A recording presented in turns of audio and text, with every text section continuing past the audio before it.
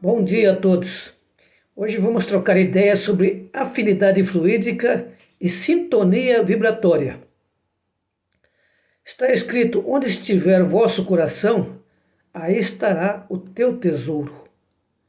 E sabemos que naquilo que a gente se dedica, o universo conspira a nosso favor. Então, quando nós dedicamos a uma causa justa e perfeita, vamos receber o auxílio do plano espiritual maior. Quando deixamos os nossos pensamentos serem acercados de coisas negativas, é essa mesma nossa assessoria, por assim dizer. Então, o nosso objetivo nessa troca de ideias hoje é mostrar a importância da afinidade e da sintonia no mecanismo das comunicações mediúnicas e das comunicações em geral, né? Pela nossa sintonia, pela nossa afinidade, nós atraímos as nossas companhias. Há um adágio que diz: me diz com quem tu andas, eu direi quem tu és. Nós espíritos aprendemos que me diz quem tu és e eu direi com quem tu andas. Então nós temos o objetivo de reafirmar a importância da moralização do médium nas tarefas mediúnicas e estabelecer critérios para uma sintonia elevada. Como ideias principais, precisamos considerar que a mente permanece na base de todo fenômeno mediúnico. E a sintonia é conjugação de ondas que se harmonizam e se equivalem. Por exemplo, se nós lançarmos mão de um aparelho de TV e ligarmos ele, nós vamos sintonizar com o canal que nós tivermos afeição, aquele que nos interessa. A nossa mente também é assim. Os espíritos estão por toda parte, assim como as pessoas. Se nós estivermos num lugar cheio de gente, nós vamos nos dirigir àqueles com os quais nós temos afinidade ou algum interesse em comum, não é verdade? Por isso se diz que sintonia é conjugação de ondas que se harmonizam e se equivalem.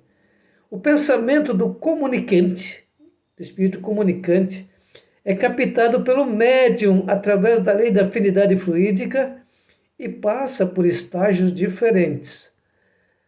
O pensamento é o que atrai aqueles que nos são afins. A dificuldade no processo de comunicação espírita reside justamente na harmonização de vibrações e dos pensamentos diferentes. Então, não basta querer uma comunicação. As pessoas dizem, se for permitido, vira. Mas não é só questão de permissão, é uma questão de sintonia vibratória, né? E a mediunidade funciona como um aparelho refletor do plano espiritual, manifestando através da organização física do médium, e embora esteja radicada no organismo, já vimos anteriormente que a mediunidade é orgânica, como está escrito lá na questão 226 do Livro dos Médiuns, o intercâmbio com o plano espiritual será alicerçado nos valores morais do médium. Mediunidade é orgânica, ou seja, é um dom, assim como tocar um instrumento, construir alguma coisa, né? Tem gente que nasce com o dom. A mediunidade não é diferente. Embora nos informam os maiores da espiritualidade que mediunidade é uma das últimas tarefas que nós buscamos, né? Se a gente pretende nascer rico, uma boa vida, tranquilo, né? Uma família harmoniosa, ter fama, cada um tem um objetivo, mas ser médium, aqueles que são médium, é porque realmente são abnegados, já passaram pelas provas outras, né? Então, no item 159 do Livro dos Médiuns, diz assim: entretanto, só se qualificam como médiuns aquele em que a faculdade mediúnica se mostra bem caracterizada, né? E se traduz por efeitos patentes de certa intensidade o que então depende de uma organização mais ou menos sensitiva. Nem todos são médiums, embora todos tenhamos o princípio, né? Todos somos doadores de ectoplasma. Quando uma pessoa tem a capacidade de cura, a mediunidade de cura, ela tem abundância de ectoplasma. Mas nós outros também temos, e daí que Jesus ter ensinado: onde estiverem 2 ou 3 em meu nome, lá estarei. Jesus, nesse momento, nos ensinava a ser fraterno, a nos reunirmos para realizar as tarefas, porque isolados podemos muito pouco.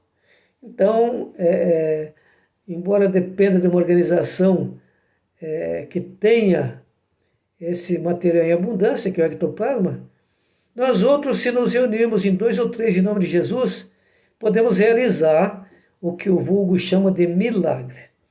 Em Obras Póstumas, livro que foi deixado por Kardec, mas publicado só após a sua morte, por isso tem o nome de Obras Póstumas, no item 34 diz: o fluido perispirítico é o agente de todo fenômeno espírita. Então, repetindo, o fluido do perispírito é o agente de todo fenômeno espírita, que só se pode produzir pela ação recíproca dos fluidos que emitem do médium e o espírito. O desenvolvimento da faculdade mediúnica depende da natureza mais ou menos expansiva do perispírito do médium e da maior ou menor faculdade de sua assimilação pelos espíritos. Depende, portanto, do organismo e pode ser desenvolvida quando existe o princípio. O princípio existe. Nós temos que buscar nos conhecer para saber em qual situação nós podemos atuar, né? No mecanismo das comunicações mediúnicas, é importante considerar o papel das afinidades e das sintonias vibratórias. Nas tarefas medianímicas, os sensitivos devem ter por base a intuição e a inspiração, provindos do reino da alma. Então, quando nós chegamos no ambiente, a gente sente, né? Se é bom, se não é. E nas comunicações também, ao se aproximar de nós, a gente sente a qualidade do espírito que está querendo se comunicar, pela sensação que nos traduz. Embora, como a comunicação é de perispírito para perispírito, né? Já dissemos anteriormente que nós somos 3 em 1. O corpo físico, o perispírito e o espírito, que somos nós, a parte pensante, né? Então, quando a entidade se aproxima, ela não entra no nosso corpo. A comunicação é de perispírito para perispírito. E vai ser de uma forma harmoniosa se o médium tem uma educação mediúnica. Porque a exteriorização que a gente via outrora, o médium, né, com aqueles estrebuchar, aquela movimentação exagerada, isso é dele mesmo, né, por falta de equilíbrio. Quando há equilíbrio entre o nosso eu espiritual e o nosso eu corporal, somos capazes de nos identificar com o espírito comunicante. A partir daí começamos a criar uma maior percepção do fenômeno mediúnico. Sentimos que tipos de entidades se aproximam, né? Na escola mediúnica nós desenvolvemos o método das 5 fases, né? Do Edgar Armon. A percepção de fluidos. A gente se concentra, mentaliza aqueles fluidos para um lugar onde haja necessitados, um hospital, uma entidade, né, que cura, que trata as pessoas. Então, sentimos a percepção de fluidos. A aproximação, tal qual quando a gente se aproxima de alguém, né, sentimos bem, não sentimos, sentimos vontade de sair do local. Aproximação. O contato, que é a terceira fase, né, como a gente estabelece com qualquer um que a gente encontra, como vai você e tal. O envolvimento, porque daí a gente começa a perguntar como vai você e a pessoa começa a explicar, né? Então, o contato, o envolvimento e, por final, a manifestação. Tal qual quando a pessoa começa a contar para nós como é que ela está, né? E assim sucessivamente. A autopercepção é a somatória de todas as impressões internas e externas ao mesmo tempo. Através dessa sensação generalizada, a criatura entra em contato com si mesmo, podendo traduzir com certeza se é sua ou não a emoção registrada e de onde ela se origina. Acaso a gente encontra com certas pessoas e a pessoa começa a contar a vida dele, os problemas dele e tal, e a gente vai ficando caidinho, caidinho, né? Parece que os pneus vão murchando. Só que lá no fim, a pessoa tem um insight e fala assim, mas eu já resolvi, fiz assim, assado, né? E quem não tem essa capacidade de percepção, acaba ficando com problema, né? Acaba saindo chateado. Então não pode. Nós temos que aprender a ouvir e, fazendo uso da nossa capacidade de experiência e tal, orientar, mas não assumir os problemas dos demais, né? Então a proposta é não se preocupe, se ocupe, né? Cada um tem seus problemas. E Jesus, ao curar alguém, ele dizia, tua fé te curou, né? Tua fé te salvou. Esse exercício constante nos leva a uma conscientização extrasensorial e, consequentemente, a diferenciar ou desvendar as diversas energias que circulam em nossa volta. Nós estamos situados no meio de energias, o universo é energia. E nós temos que saber utilizar essas energias ao nosso favor, né? Energias que circulam ao nosso redor. Quando não sabemos distinguir nossas impressões ou emoções, ficamos à mercê das diversas ondas magnéticas, como se estivéssemos oprimidos por um mundo desordenado. Aí que vem o chamado estresse, ou estafa, né? E quem inventou as férias no trabalho não foi por acaso, foi para que a gente relaxe. No mundo moderno, nós ficamos muito tempo concentrados no notebook, no celular. Então eu digo que é necessário de vez em quando largar esses instrumentos que têm uma capacidade extraordinária de nos ajudar e dar uma olhada no horizonte, olhar lá longe, né? A relação entre espíritos médios se estabelece por meio dos respectivos perispíritos, nós já dissemos. Dependendo da facilidade dessa relação, do grau de afinidade existente entre os dois fluidos.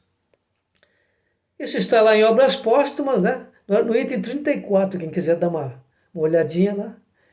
Então, o pensamento do comunicante é captado pelo médium através da lei da afinidade fluídica e passa por um estágio diferente, ou estágios diferentes. Esses estágios vão desde a captação sensorial, né? A gente capta, com uma boa impressão, estou com uma boa impressão, né?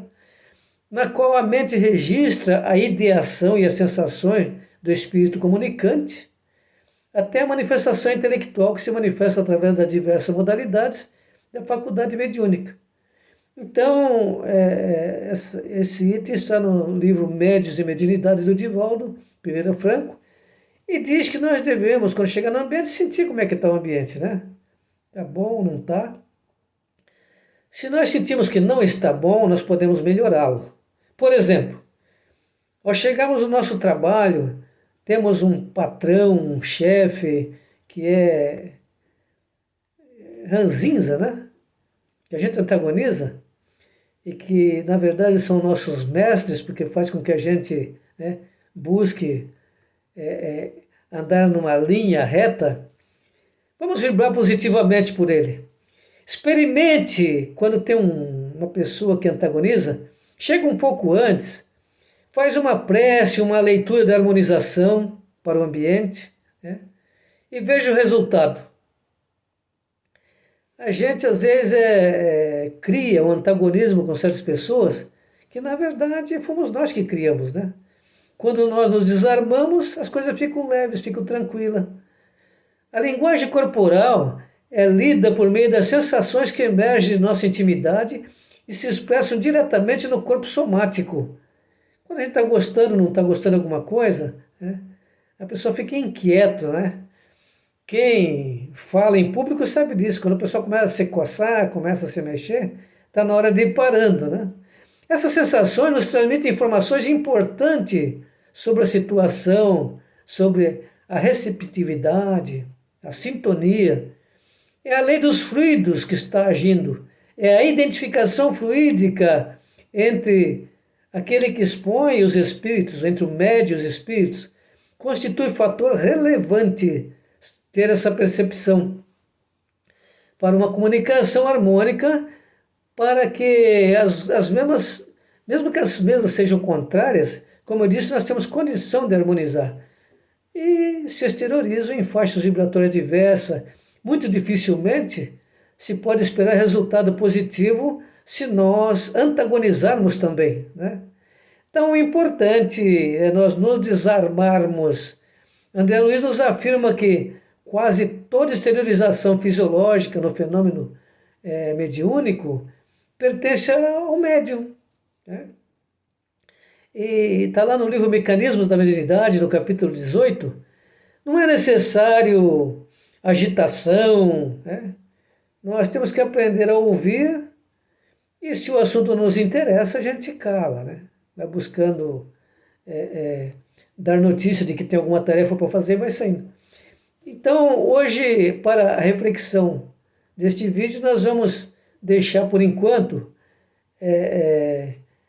para este tema de afinidade fluídica e sintonia vibratória, que certamente abordaremos nas nossas falas durante o estudo propriamente dito do Livro dos Médiuns. Muita paz a todos, que Jesus permaneça conosco.